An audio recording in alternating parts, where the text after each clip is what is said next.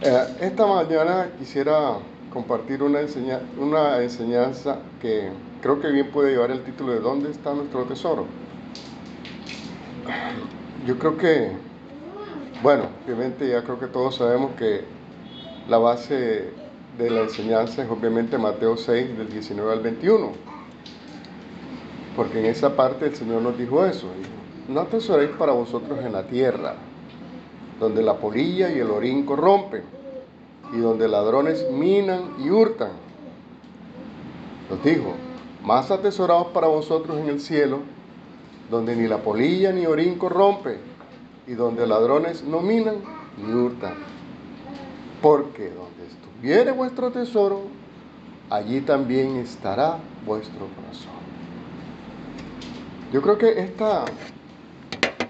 esta situación es un poco como la que vivimos nosotros con el tema de la salvación, ¿no? Como la que vimos nosotros con el tema de la salvación. Eh, Tú le preguntas a cualquier persona en la calle, oye, ¿tú crees en Dios? Sí, yo creo en Dios. Y cuando mueras, ¿crees que el Señor te va a recibir en el cielo? Claro, yo soy una excelente persona. ¿Qué problema hay conmigo, mijo? Sí. Nadie mejor que yo. Igual con este tema de nuestro tesoro. Yo creo que los que somos cristianos y hemos leído esta parte, todos decimos y pues juramos y ponemos la mano en el fuego de que mi tesoro está en los cielos, está allá con Cristo. Para mí, las cosas de este mundo no, lo más importante es Cristo, el cielo, eso sí, ese es mi tesoro. Pero como les compartiré más adelante, yo tuve una experiencia que me demostró que eso no es tan cierto. ¿Dónde está nuestro tesoro? Primordialmente las necesidades de nuestro cuerpo en esta vida, el llenar nuestras necesidades, el suplirlas, sobre todo aquellas primarias, nos hace muy difícil colocar nuestro tesoro en las cosas que Dios Padre nos promete en el cielo. Porque con hambre, con desnudez, con enfermedad, con intemperie, es muy difícil ver y añorar las cosas espirituales. Sin embargo, Jesús, que siendo Dios, se encarnó en un cuerpo de hombre y vivió las necesidades que nosotros tenemos como hombres, nos consuela sobre esta lucha en nuestro interior. En Mateo 6, del 25 al 34 nos dijo, por tanto os digo, no os acongojéis por vuestra vida, que habéis de comer o que habéis de beber, ni por vuestro cuerpo, que habéis de vestir. La vida no es más que el alimento y el cuerpo más que el vestido. Mira las aves del cielo, no siembran, ni ciegan, ni recogen en alfolíes, y vuestro Padre Celestial las alimenta. ¿No sois vosotros mucho mejores que ellas? Mas ¿quién de vosotros, por mucho que se acongoje, podrá añadir a su estatura un codo? Y por el vestido, ¿por qué os acongojáis? Considera los lirios del campo, cómo crecen, no trabajan ni hilan. Mas os digo que ni aun Salomón, con toda su gloria, fue vestido así como uno de ellos. Y si la hierba del campo, que hoy es y mañana es echada en el horno, Dios la viste así, ¿no hará mucho más a vosotros, oh vosotros de poca fe? No os acongojéis pues diciendo, ¿qué comeremos, qué beberemos o qué vestiremos?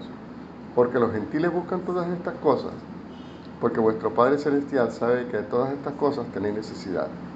Mas buscad primeramente el reino de Dios y su justicia, y todas estas cosas os serán añadidas. Así que no os acongojéis por el día de mañana, porque el día de mañana traerá su congoja. Basta a cada día su propio mal. Entonces, y en este listado de Jesús hay una parte mucho más importante, ¿verdad? La salud. ¿Para qué queremos tener casa, carro y beca si no tenemos salud? De manera que son muchas las cosas, necesidades primarias que requerimos en nuestra vida para poder tener una vida de calidad. Ahora, nuestra lucha hoy es mayor. Jesús mencionó unas cosas que estaban en las prioridades de aquellos días, pero hoy no es solo tener alimento y vestido. Las cosas hoy se han incrementado a cosas que desea nuestra alma. Se han hecho indispensables tener excelentes laptops y smartphones. Es la única manera de estar conectado a la web y a esta sociedad virtual que hoy nos rodea. Por ejemplo, el colegio para nuestros hijos debe ser con una infraestructura tecnológica apropiada, que le den una educación a nuestros hijos que los haga competitivos en el mercado laboral. Porque si tú mandas a tu hijo con un maestro con pizarra, donde no le van a enseñar a manejar tecnología, donde no van a hacer, cuando él salga al mercado laboral, pues sus capacidades de poder salir adelante, de conseguir un empleo, serán nulas.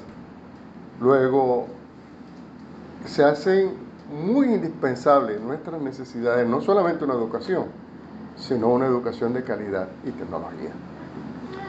La tecnología es tal que nos ha abarcado en nuestra vida. Recuerdo mucho un compañero mío en la empresa donde laboraba me comentaba de él tenía una niña, en esa época tendría la niña unos 13, 14 años, y con el fin de que, porque donde vivíamos, aunque era un sitio pequeño, se veían cosas bastante malucas. Entonces, para evitar ese tipo de cosas, siempre le decía a su hija: ¿te quieres reunir con tus amiguitas? Tráigalas a la casa. Yo armen el berroche, todo lo que quieran aquí en la casa, tráigalas acá. Y efectivamente, la niña llevó a sus amiguitas a la casa, y dice él que a él se le cayó la boca, se le cayó la quijada a la boca al ver que cada una de ellas, con su smartphone, y más aún, se estaban enviando mensajes a través del smartphone. Porque efectivamente él tomó el celular de la hija y encontró que la niña al lado le estaba escribiendo. ¿Esto qué es? Esto, colofón de la cosa, quedó una norma que las reuniones de las niñas en la casa de él eran con los smartphones retirados y clausurados. Deme acá, deme acá, deme acá, deme acá, deme acá. Ahí está. Jueguen lo que quieran, berrochen lo que quieran, hablen, pero nada de smartphone. Le tocó aplicar esa norma porque es tal el dominio psicológico que tiene esta situación sobre todos nosotros. No hablemos solo de los niños, ¿ya? Que nos absorbe mucho. De hecho, desaparecer de la web social es como dejar de existir.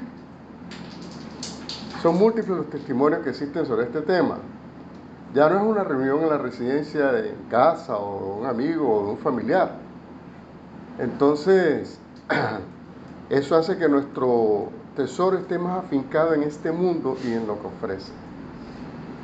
De manera que las tinieblas ya se han percatado de eso, porque ellos son los que han previsto que las cosas sean así. Y han iniciado el ensayo de lo profetizado en Revelaciones.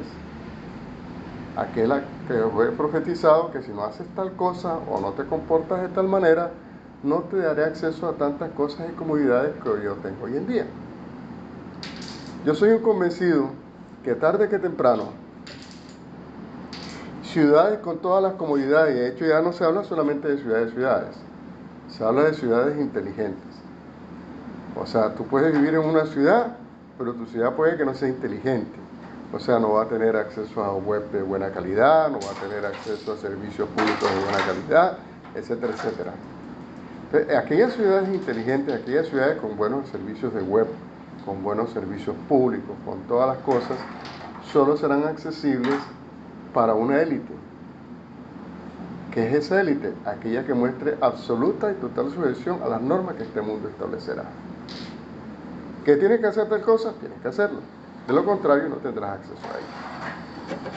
Pero bueno, eso es todo lo que se ve en cuanto a las necesidades artificiales que este mundo nos ha planteado y que desafortunadamente complementan y pesan más que aquellas que Jesús dijo en su momento.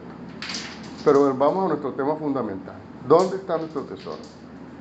Jesús nos hace una dura advertencia sobre dónde está nuestro tesoro. Porque nos dijo, allí donde esté vuestro tesoro, estará vuestro corazón. ¿Esto qué significa? que si mi tesoro son las necesidades primarias, y más aún los lujos y comodidades de este mundo nos ofrece sobre el cielo, tristemente no tendremos parte con la gloria de Dios. Porque lo está diciendo claramente. Donde esté tu tesoro, allí estará vuestro corazón. Sin embargo, llevamos años de una teología tóxica que nos dice que Dios quiere para nosotros una vida de comodidades y lujos. Dios te quiere ver viviendo en esa ciudad inteligente que el mundo planea. Nadie más que tú que eres rey y sacerdote para que vivas ahí. Es bien cierto que Dios solo quiere nuestro bien. Él lo dijo en Jeremías 29:11, recordemos, porque yo sé los pensamientos que tengo acerca de vosotros, dice el Señor, pensamientos de paz y no de mal, para daros el fin que esperáis. Pero lamentablemente estamos rodeados de un mundo con un corazón egocéntrico, inmoral, alejado de Dios, de manera que es imposible que si somos buenos soldados escapemos a la confrontación con las tinieblas que los rodean. ¿Quién podría pensar que en un diario tan influyente, pues, como era en sus momentos, o lo que en algún momento pensamos de que eso podía ser como el New York Times, se escribiera un artículo haciéndole una apologética a la pedofilia? Impensable hace unos años. Impensable. Con un famoso doctor diciendo de que lo que pasa es que el pedófilo, pobrecito, él tiene una malformación y es que él es así, él no lo hace de maldad. O sea, como un mail para mañana más tarde, tenemos la pedofilia, ¿sí? Algo sensato. De manera que esa es la confrontación que tenemos nosotros hoy en día. Jesús nos dijo en Juan 16:33, estas cosas os he hablado para que en mí tengáis paz. En el mundo tendréis tribulación, mas tened buen ánimo, yo he vencido al mundo. Ahora bien, esta tribulación de la que nos habla Jesús no nos llega solo por causa de las tinieblas. Seamos sinceros, también nos llega por causa de nuestros propios errores y pecados. Ahora, sea cual fuera su origen, debemos mirar al Padre y pedir su oportuno socorro. Aunque sea por causa de nuestros errores, la misericordia de Dios es infinita. Entonces, para poder salir airoso de las tribulaciones, se basa en afectarnos en nuestras necesidades básicas, sea salud, alimento, vestido, cualquiera de estas cosas. Debemos permanecer firmes en sus promesas. Todos ellos se resumen en lo que el Señor le reveló a Pablo en Filipenses 4, del 18 al 20. ¿Qué nos dijo Pablo ahí? Nos dijo, empero, todo lo que tengo y abundo, estoy lleno, habiendo recibido de Epafrodito lo que enviasteis, olor de suavidad, sacrificio acepto y agradable a Dios. Y viene la parte del 19, que es la que más nos gusta. Mas mi Dios suplirá todas vuestras necesidades según sus riquezas en gloria en Cristo Jesús. Al Dios pues y Padre nuestro sea gloria por siempre jamás. Amén. Entonces, con esto de las promesas, y más adelante vamos a enumerar algunas de ellas, nos pasa el tema de leer textos sin contexto. Muchas veces leemos la promesa, pero se nos olvidan los condicionales que tiene. Mi Dios pues suplirá vuestras necesidades según sus riquezas en gloria por Cristo Jesús. Está escrito para una iglesia, ¿ya?, que no se le midió en suplir las necesidades de sus hermanos en la fe. De manera que yo puedo ser muy cristiano, pero si Pedro se presenta en mi casa con una necesidad y yo tengo una opción de poder ayudarlo, de poder serle útil, ¿qué le digo yo a Pedro? Como dice Eh, como dice en el libro de Santiago, como lo conocemos nosotros, el libro de Santiago, ¿sí? Que no es tanto venir y darle golpecitos, oraré por ti, Pedro. El Señor suplirá. Y yo tengo como suplir lo que tiene Pedro. Pero no, es que esos 50 que tengo ahí son para esta cosa que me quiero dar el gusto, que no me lo voy a gastar por aquí. Dios, te pido que de alguna manera le suplas a Pedro. Pues, si ese es mi proceder, me puedo olvidar de subirme en el bus de esta promesa, porque no voy a ir en ese bus. Porque es una promesa que está escrita para personas que tienen un corazón diligente en el amor por los que les rodean. Y son muchas las promesas que están escritas para que estas tribulaciones que Jesús nos dice, podamos tener consuelo en ellas y podamos tener la certeza de verlas como una realidad.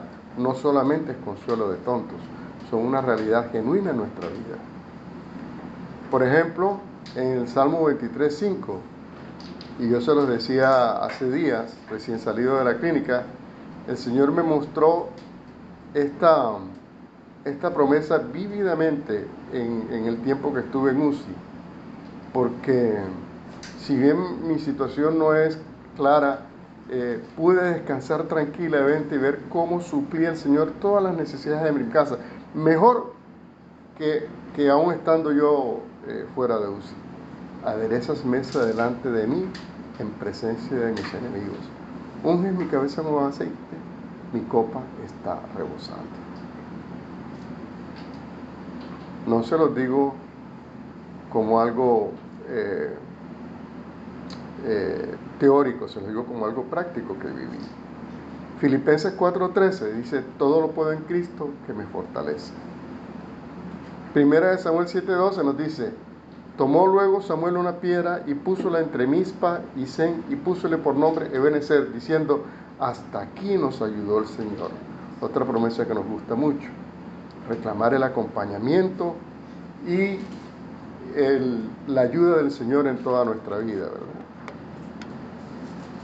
En 2 de Samuel 22, del 49 al 50, dice, y que me saca de entre mis enemigos. Tú me sacaste en alto de entre los que se levantaron contra mí. Librásteme del varón de iniquidades. Por tanto, yo te daré gracias, oh Señor, entre las gentes y cantaré alabanzas a tu nombre. Y así son muchísimas. Nos podríamos pasar varios días aquí leyendo promesas de Dios sobre lo que está escrito en la palabra para los momentos en que la tribulación llega a nosotros. ¿Por qué esta enseñanza hoy? Bueno, cuando yo estuve en la clínica,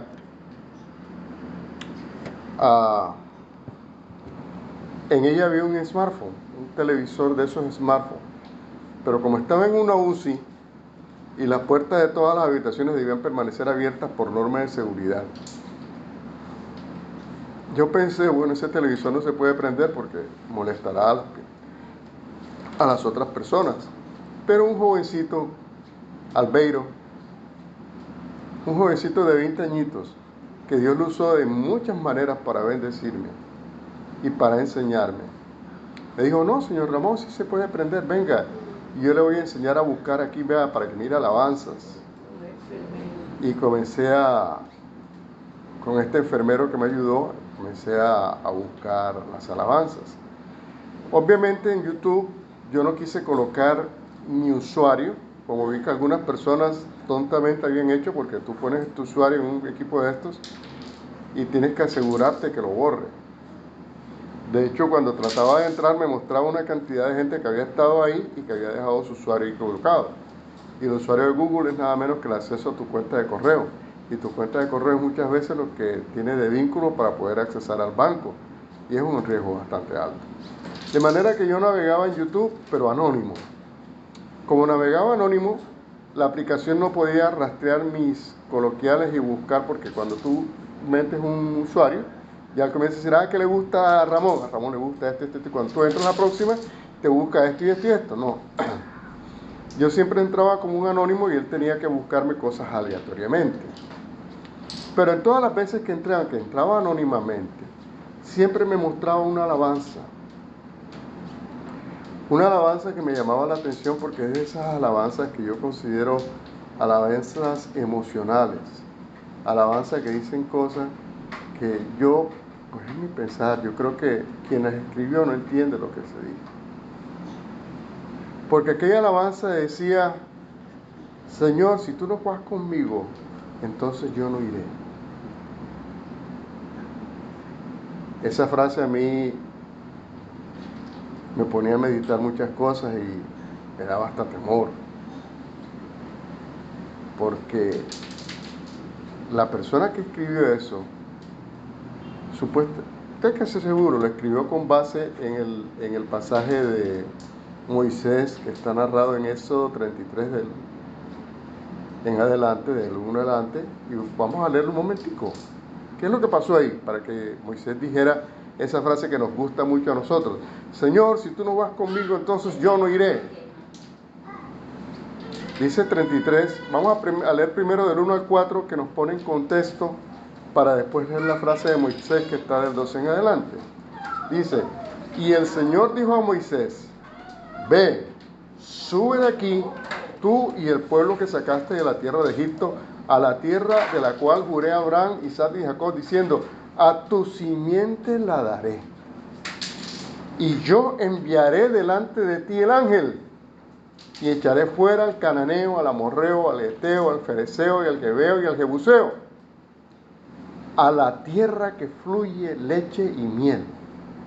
Porque yo no subiré en medio de ti, porque eres pueblo de dura cerviz, no sea que te consuma en el camino. Paremos un momentico ahí. Mire lo que Dios le está diciendo al pueblo. Tranquilo. Tú no me haces caso. Vete. Es más, te voy a dar casa, carro y beca.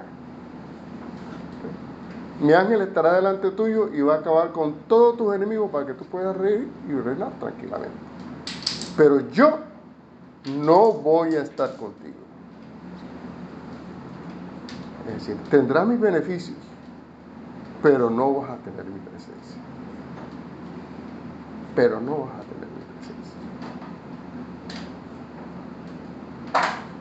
Si uno no está bien cimentado en las palabras del Señor, uno puede decir: ah, bueno, está bien, voy a tener las cosas tuyas, no hay problema. Y quien proceda de esa manera, muy probablemente sí, le va a ir bien, porque Dios va a poner su ángel delante de él. Pero como no tiene una relación con Dios, tarde que temprano empezará a decir: ve, ¿cómo me van a ir bien las cosas? Las que yo soy muchacho. Compadre, si es que después de mí no hay otro. Por eso es que me va bien. Pero en el 12, Moisés, habiendo oído estas palabras del Señor, dice: y dijo Moisés al Señor: mira, tú me dices a mí, saca este pueblo, y tú me has declarado a quién has de enviar conmigo. Sin embargo, tú dices: yo te he conocido por tu nombre y has hallado también gracia en mis ojos. Ahora pues, si he hallado gracia en tus ojos, ruégote que me muestres ahora tu camino para que te conozca, porque halle gracia en tus ojos, y mira que tu pueblo es aquesta gente. Y él dijo: mi rostro irá contigo y te haré descansar. Y Moisés respondió: si tu rostro no va a ir conmigo, no lo saques de aquí. Entendamos texto dentro del contexto. ¿Qué es lo que Moisés estaba diciendo? Él dice que no va a salir de ahí. ¿Qué pasaba si él se quedaba ahí? Estaba en un desierto donde muy seguramente las tribus vecinas los iban a aniquilar. Podemos decirle un buen romance: si tú no vas conmigo, prefiero morir. Y yo entendía que eso es lo que esa frase quería decir. Estando yo en esta situación en la clínica, decir esta frase equivaldría a decirle al Señor: si tú me vas a sanar y yo voy a salir de aquí, pero tú no vas a ir conmigo, mejor mátame en esta clínica.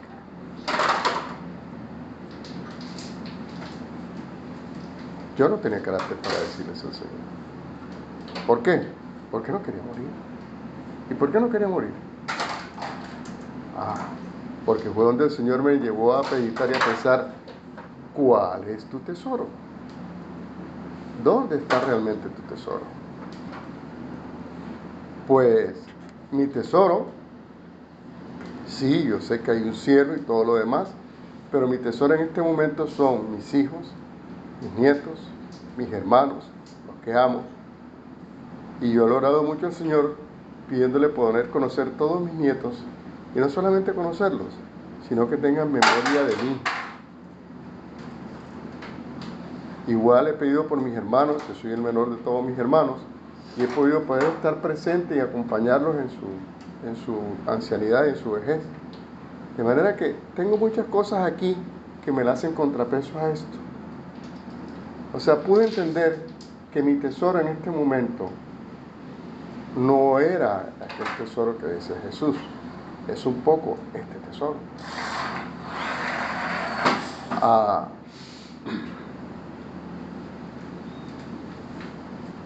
Eso es lo que realmente muchos de nosotros podemos entender hoy en día. Yo recuerdo cuando tenía 33 años, la palabra dice que todos los que somos cristianos debemos decir Maranata. Y Maranata no es otra cosa que decir Cristo, ven pronto, arrebátanos, llévanos de aquí. Y lo mismo que yo pensaba en mis 33 años, se lo he escuchado a cantidad de personas a mi alrededor. No, Señor, no vengas por ahora. Mira, no he terminado mis estudios, no me he casado, no he conocido lo que es tener un hijo, no he visto a mis nietos. No. Maranata, no. Maranata, no.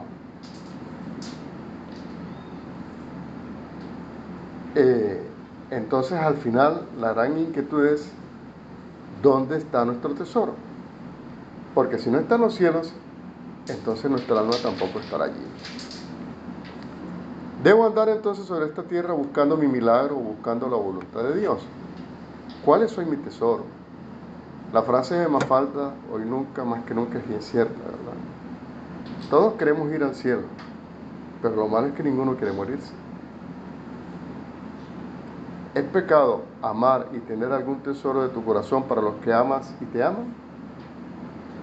Entonces pude comprender de que necesariamente en esta tierra hay algo de tesoro para mí.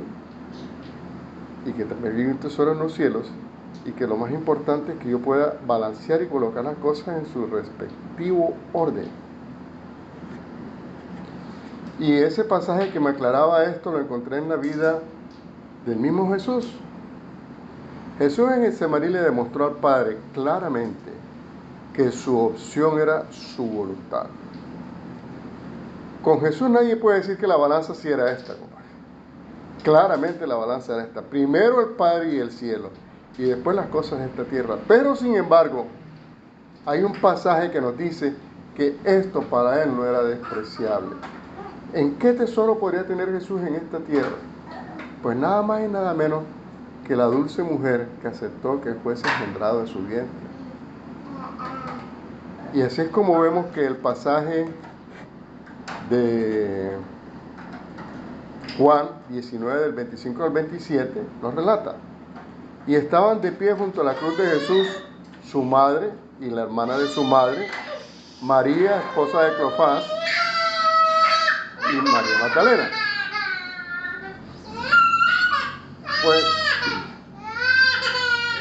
Pues cuando vio Jesús a su madre y al discípulo que la amaba, que estaba de pie cerca de su madre, le dijo: mujer, he ahí tu hijo. Y luego al discípulo le dice: he ahí a tu madre. Y desde aquella hora el discípulo la recibió en su propia casa. Es decir, no importando el sufrimiento tan grande que Jesús tenía en la cruz, tuvo un tiempo para pensar en la necesidad de esa mujer hermosa que la amaba, de María. Y dispuso, porque todos sabemos que dentro del judaísmo de esa época, la mujer viuda, como era María, ¿sí?, no podría trabajar, tenía que ser mantenida. Y no sé qué problema pudiera haber con los hermanos de Jesús, pero a él le plació y fue la decisión que él, como primogénito, pudo disponer en su casa, que Juan fuese quien velase por María de ahí en adelante. Si tuvo cuidado de ella, no fue ajeno a ella. No podemos decir que todo fue aquello, no, miró a esto también. ¿Y lo miró en quién? En la carne y en el corazón de aquella mujer que Dios le había dado por madre sobre esta tierra. Y dice la palabra que sus hermanos y todos respetaron su voluntad, y dice, desde aquella hora el discípulo la recibió en su propia casa. Y los libros históricos del cristianismo dicen que María fue a vivir con Juan hasta su partida en esta tierra. Luego, hay una parte de este mundo que son parte de nuestro tesoro, y eso es innegable, ¿no? Jesús, como todo Dios y todo hombre, nos muestra esto. Él nos está mostrando claramente de que sí, no todo es acá, hay algunas cosas de aquí, que Él mismo te manda que para ti sean tesoro. Recordemos que los judíos, en un extremo de su religiosidad, si sus padres ancianos tenían necesidad, el tipo claro y olímpicamente les decía, no, es corbán todo aquello con lo que yo pudiera ayudarte, papi, no tengo nada para darte. ¿Qué es corbán? No, prefiero mejor darle ofrenda al templo y ofrenda a Dios que darte a ti, porque aquello es más beneficioso. Y Jesús lo recrimina grandemente y le dice, ¿cómo es posible? Primero es para ti velar por tus ancianos padres y después lo otro. Entonces, es imposible no amar a nuestros padres, a nuestros hermanos, a nuestros hijos, a nuestro cónyuge. Pero tal como dice la Shema que citó Jesús en Mateo 12, 29. Y Jesús le respondió, el primer mandamiento de todos es, oye, oh Israel, el Señor nuestro Dios, el Señor uno es. Y dice el 30, y amarás al Señor tu Dios de todo tu corazón y de toda tu alma y de toda tu mente y de todas tus fuerzas. Este es el primer mandamiento. Y el 31 nos dice, y el segundo es semejante a este, amarás a tu prójimo como a ti mismo. No hay otros mandamientos mayores que estos. Entonces, en este pasaje vemos dos cosas importantes. Lo más primordial para nosotros tiene que ser Dios. Pero hay algunas cosas aquí que también son importantes, el amor al prójimo. Podríamos pensar que incluso el amor a Dios pasa a través del prójimo. Porque el libro de Jacobo, creo, nos dice, no recuerdo exactamente en qué parte está, que dice, tú dices que amas a Dios, pero no amas a tu hermano. ¿Cómo vas a decir que amas a Dios a quien no ves, donde no amas a tu hermano a quien ves? El amor nuestro a Dios pasa por el prójimo. Pero claro, tiene que ser más grande el amor por Dios. Porque el verso 30 lo dice claramente, con toda mi alma, con toda mi fuerza, con toda mi mente, con todo mi corazón, tengo que amar a Dios. Jesús lo recalca de una manera más clara en Mateo 10:37, hablando de la comparativa entre sí, tengo derecho a amar a estos y tengo que amar a Dios también primero que todo, pero la prioridad es Dios, porque dice, el que ama a padre o madre más que a mí, no es digno de mí. Y el que ama a hijo o a hija más que a mí, no es digno de mí. Y el que no toma su cruz y sigue en pos de mí, no es digno de mí. Y el que hallare su vida y la perderá, y el que perdiere su vida por causa de mí, la hallará. Son muchas las cosas que nos afligen a nosotros al pensar de nuestra partida de este mundo. Son muchas las cosas que muchas veces nos pueden atar y desbalancear un poco el equilibrio justo que deben tener las cosas, que es este, y podemos poner algo así, o peor, poner algo así.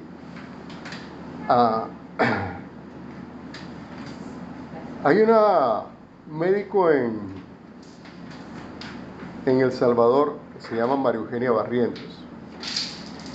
Esta mujer para mí es una heroína de estos tiempos y ha sido una luchadora incansable contra la desinformación que la medicina misma nos trae hoy en día, que la ciencia misma nos trae hoy en día, con este tema de la pandemia. Y esta mujer se asombraba, y estoy hablando de por allá de los inicios de la pandemia, al comienzo del 2020, esta mujer como médico se asombraba. Ya ella había tratado varios pacientes de COVID con unos medicamentos, y que estos medicamentos que ella sabía que funcionaban, porque ella había tratado, aquí en Colombia no hubo tanto, pero en El Salvador sí hubo bastante, la primera virosis del SARS, y ella sabía que el SARS era un virus, los virus de tipo SARS, sabía cómo mataban y sabía cuáles eran los medicamentos que servían para atacar esos virus. Y a esta mujer le parecía atónito, increíble, que las mismas instituciones de salud mundial dijeran que esos medicamentos empeoraban y que por favor no se lo dieran a nadie enfermo de COVID. Algo claramente de una mala fe y con un deseo del mal de las personas. Incluso esta mujer, los médicos de El Salvador quisieron llevarla a juicio.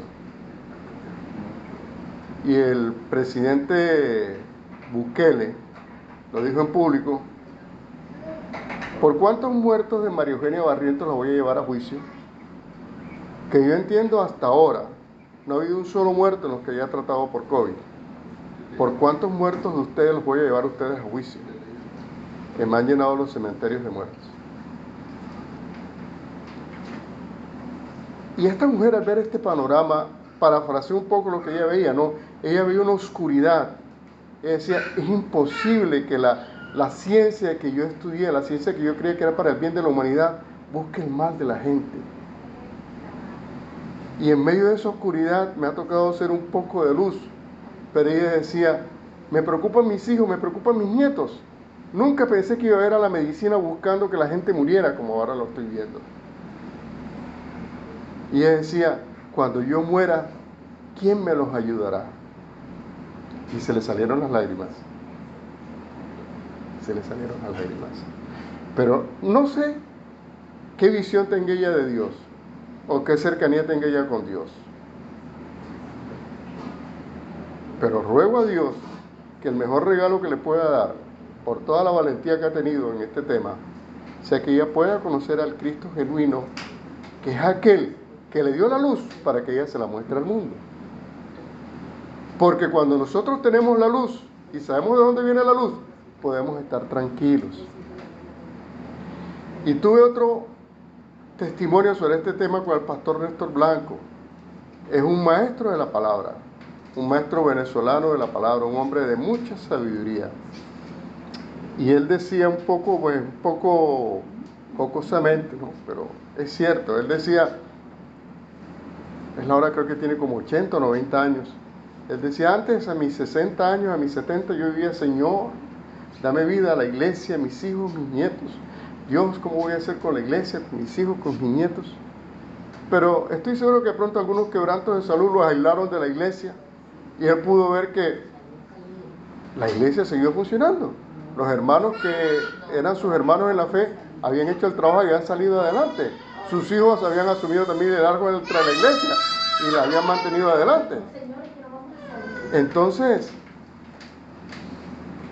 eso lo convenció de que las cosas no eran de él, que eran de Dios.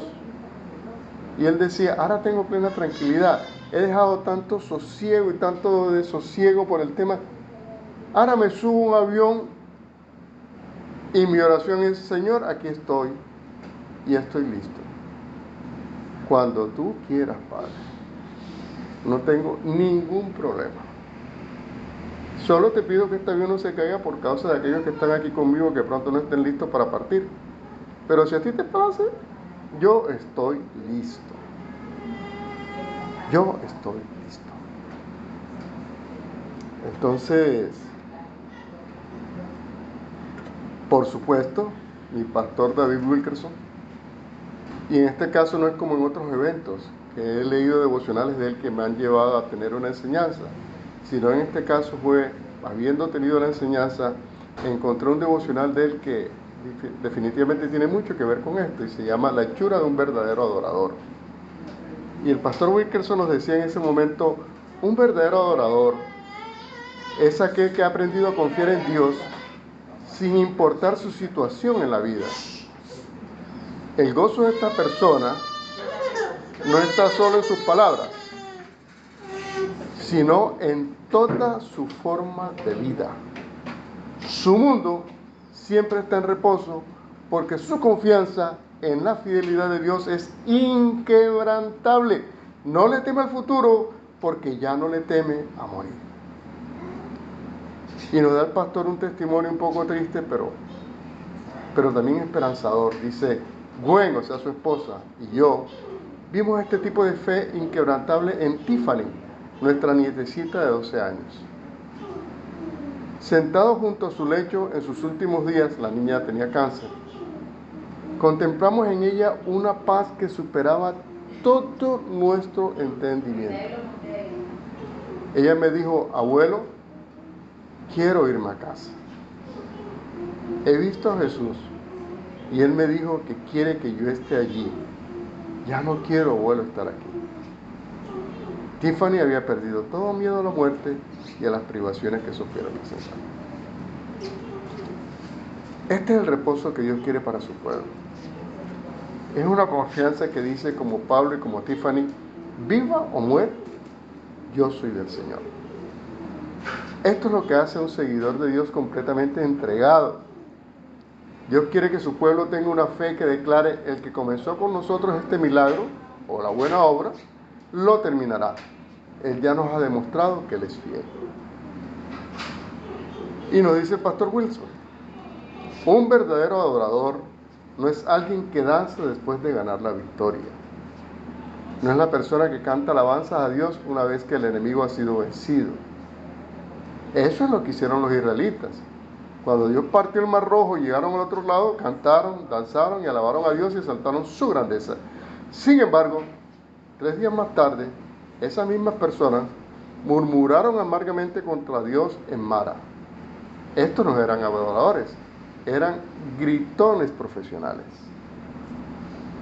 Yo oro porque todos los que lean este mensaje puedan decir en medio de sus dificultades o preocupaciones: si la economía puede colapsar, sí, es posible que aún esté enfrentando una enfermedad o una relación fallida, pero Dios ha demostrado ser fiel a mí. Pase lo que pase, descansaré en su amor por mí. Al mirar hacia atrás, veremos que todos nuestros temores son innecesarios. Veremos que Dios solo desea hacernos bien. Hemos visto su poder y gloria a nuestro favor. Ahora debemos estar decididos a no vivir más con temor. Vivamos o muramos, somos el Señor. Oremos. Amado Señor, te damos gracias. Padre, te pedimos que esta enseñanza que nos has dejado hoy, como parafraseando lo que dijo David: examina mi corazón y mira en él si hay iniquidad, Señor. Te pedimos que examines nuestro corazón y mires en él si nuestro tesoro no está en los cielos. Ayúdanos a poder colocar, Señor, nuestro tesoro en los cielos como tu Hijo Jesús nos pidió. Dios mío, queremos que nuestro corazón tenga la paz de saber que mientras estemos en esta tierra, estamos porque tú lo permites. Y que lo que tú nos dejes en esta tierra no es nuestro, sino es tuyo. Y que sea familia, ministerio, iglesia, trabajo, lo que fuere, lo podemos llevar adelante, Señor, porque tú lo permites y tú eres quien nos provee. Padre, y así como tú nos provees, tú tendrás cuidado de ello una vez nosotros partamos de esta tierra. Haya paz en nuestro corazón y podamos todos nosotros decir con gozo, Maranata, Cristo, ven pronto. En el nombre de Jesús. Amén y amén. Dios les bendiga y Dios les guarde.